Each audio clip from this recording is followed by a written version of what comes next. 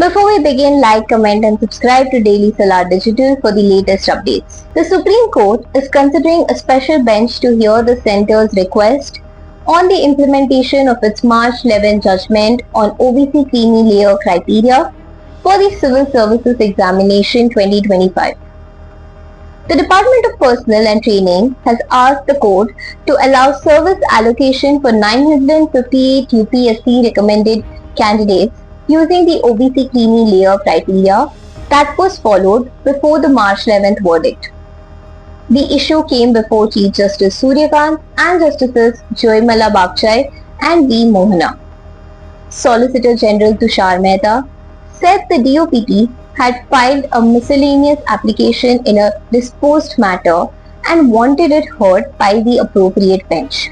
Senior Advocate Sanjay Hegde pointed out that the March 11th order was passed by Justices P. S. Narasimha and R. Mahadevan and argued that the matter should therefore return to the same bench. The CJI said a special bench has to be constituted to hear the centre's plea.